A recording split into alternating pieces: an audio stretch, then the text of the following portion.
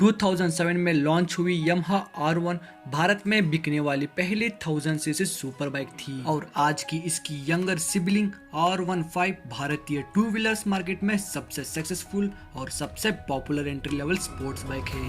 Hello guys, welcome back to my channel on man on 10R। I hope कि आप सब बढ़िया होंगे और इस वीडियो में हम बात करने वाले हैं यामाहा R सीरीज के बारे में। R1 और R6 वाले जैसे लेजेंडरी बाइक्स के इवैल्यूएशन और स्पेशलिटी के साथ ही हम R15, R3 और अभी की लेटेस्ट R7 और R15 V4 के बारे में भी डिस्कस करेंगे। So let's begin. Late 90s में जब सुपर स्पोर्ट्स कैटेगरी में होंडा CBR, फायरब्लेड और सुजुकी GXR जैसे बाइक पॉपुलर थी, तब यामाहा ने रिवॉल्यूशनरी टेक्नोलॉजी और एक्सप्रेशनल डिजाइन के साथ 1998 में YZF R1 को लॉन्च किया।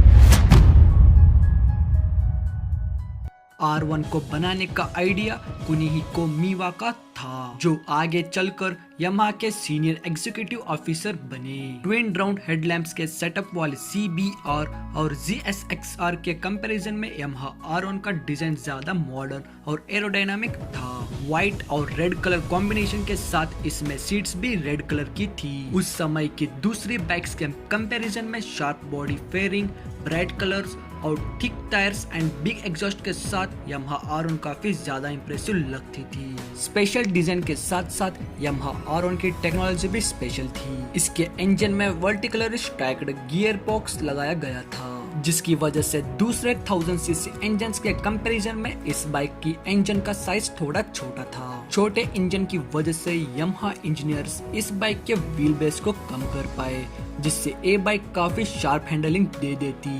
998 CC inline 4 cylinder engine, 150 horse power की मैक्सिमम पावर और 177 किलोग्राम की लाइट वेट बॉडी के साथ यामाहा R1 की राइड क्वालिटी काफी अच्छी थी। अगले ही साल 1999 में यामाहा ने R1 के स्मॉलर वर्जन R6 को लॉन्च किया। 600 सीसी ट्रांसफॉर्मर 4 सिलेंडर इंजन वाली इस बाइक ने R1 के डिजाइन लैंग्वेज और पेंट स्कीम को यूज किया गया था। मिड साइज इंजन के साथ Yamaha R6 super sports bike वाले लुक्स और इम्प्रेसिव परफॉर्मेंस ऑफर करती थी, जो बिगिनर राइडर्स को परफेक्ट था।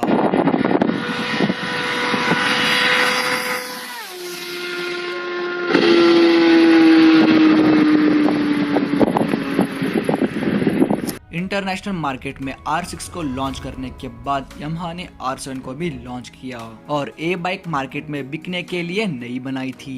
सुजुका 8 आवर्स इंट्रोड्यूस रेस और सुपर बाइक वर्ल्ड चैंपियनशिप के रूल्स को कंप्लेन करने के लिए यामाहा ने इस बाइक के सिर्फ 500 यूनिट्स ही बनाई थी, यानी कि 1999 वाली R7 सिर्फ रेसिंग के लिए ही बनाई गई थी।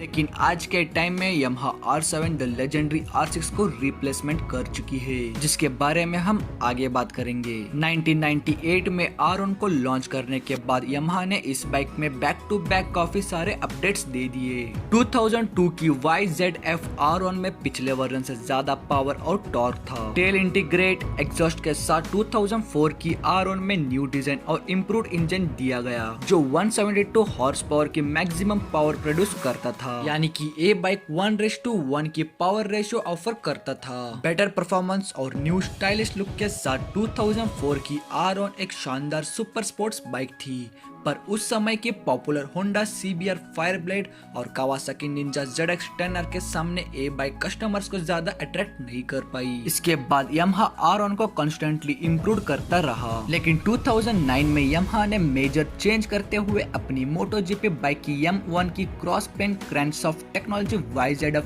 R1 में भी दे दिया। नॉर्मल इनलाइन 4 इंजन में पिस्टन्स कुछ इस तरह से मूव करता है, पर क्रॉस पेन क्रैंकशाफ्ट वाले इंजन में पिस्टन्स की मूवमेंट कुछ ऐसी होती है। इसी इंजन की टॉर्क डिलीवरी रेगुलर वे में होती है और टोटल रिस्पांस बेटर होता है। ये टेक्नोलॉजी कॉर्नर पर बाइक की परफॉर्मेंस को भी इम्प्रूव करती है और इसकी वजह से यामाहा R1 कुछ इस तरह की यूनिक एग्जॉस्ट साउंड प्रोड्यूस करती है।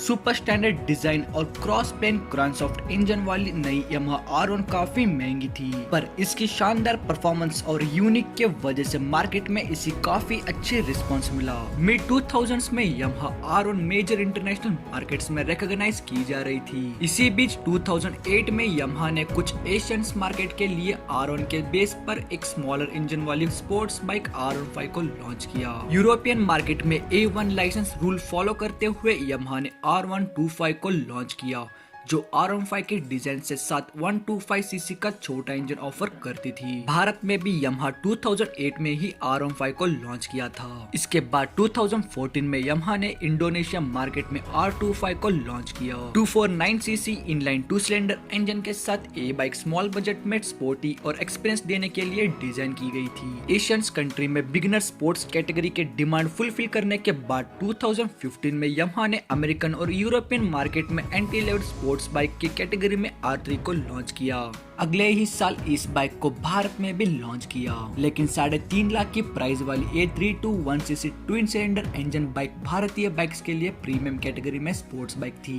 इंटरनेशनल मार्केट में R3 एक सक्सेसफुल प्रोडक्ट थी, पर भारत में इसकी सेल्स कुछ खास नहीं थी। इसी बीच 2015 में यामाहा ने R1 को एक मेजर अपडेट देते हुए न्यू R1 एंड R1M को लॉन्च किया। कम्प्लीटली न्यू डिजाइन वाली इस बाइक में ट्विन प्रोजेक्टर हेडलैम्प्स, बल्कि fairing and sharp looking tail lamp के साथ साथ काफी सारे एडवांस इलेक्ट्रॉनिक फीचर्स दिए, जैसे कि traction control, slide control, anti wheel lift control, launch control और भी बहुत कुछ। 17 सालों से सिमिलर डिजाइन लैंग्वेज को यूज करते हुए रहने के बाद 2015 की नई R1 बिल्कुल ही यूनिक स्टाइल में ऑफर करती है, जो इसे दूसरी सुपर स्पोर्ट्स बाइक से स्टैंड आउट करने में हेल्प करता है। सुपर स्पोर्ट्स कैटेगरी में यामाहा R1 और R6 इंटरनेशनल मार्केट में काफी पॉपुलर थी, पर यूरोप के नए एमिशन लॉज की वजह से 2020 में यामाहा ने अपनी पॉपुलर R6 को डिसकंटिन्यू किया।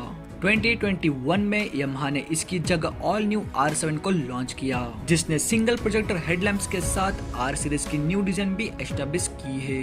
कुछ ही महीनों बाद इसी डिजाइन पर बेस पर R15 V4 भी पहले भारत में और फिर इंटरनेशनल मार्केट में भी लॉन्च की गई। कॉम्पिटिशन से आगे निकलने के लिए यामाहा ने R15 V4 में ट्रैक्शन कंट्रोल और क्विक शिफ्टर जैसे फीचर्स भी दिए गए, जो पब्लिक रोड्स पर होने वाले डेली कमिटमेंट से ज्यादा यूजफुल नहीं है। लगभग 2 लाख की R15 V4 के अलावा यामाहा R सीरीज की कोई भी बाइक भारत में अवेलेबल नहीं है। R सीरीज की ये शानदार बाइक्स में से कौन सी बाइक आपकी फेवरेट है, कमेंट बॉक्स में कमेंट की दीजिए। ये वीडियो अगर आपको पसंद आई हो तो लाइक करें। बाइक्स और कार से जुड़ी ऐसे ही और वीडियोस के लिए सब्सक्राइब करें। हम फिर से मिलेंगे एक नई वीडियो और एक नई टॉपिक के साथ, तब तक के लिए बाय। अब अगर तुम लोग नए हो तो सब्सक्राइब करो, वो जो लाल वाला बटन है उसके साथ स्कैम करो या फिर महफिल जमाओ, मुझे नहीं पता, बस क्लिक हो जाना चाहिए। अब मैं भी जा रहा हूं, मुझे पार्क में स्टंट्स मारने जाना है। Bye. It's getting to my head. One look in the mirror, don't like what I find.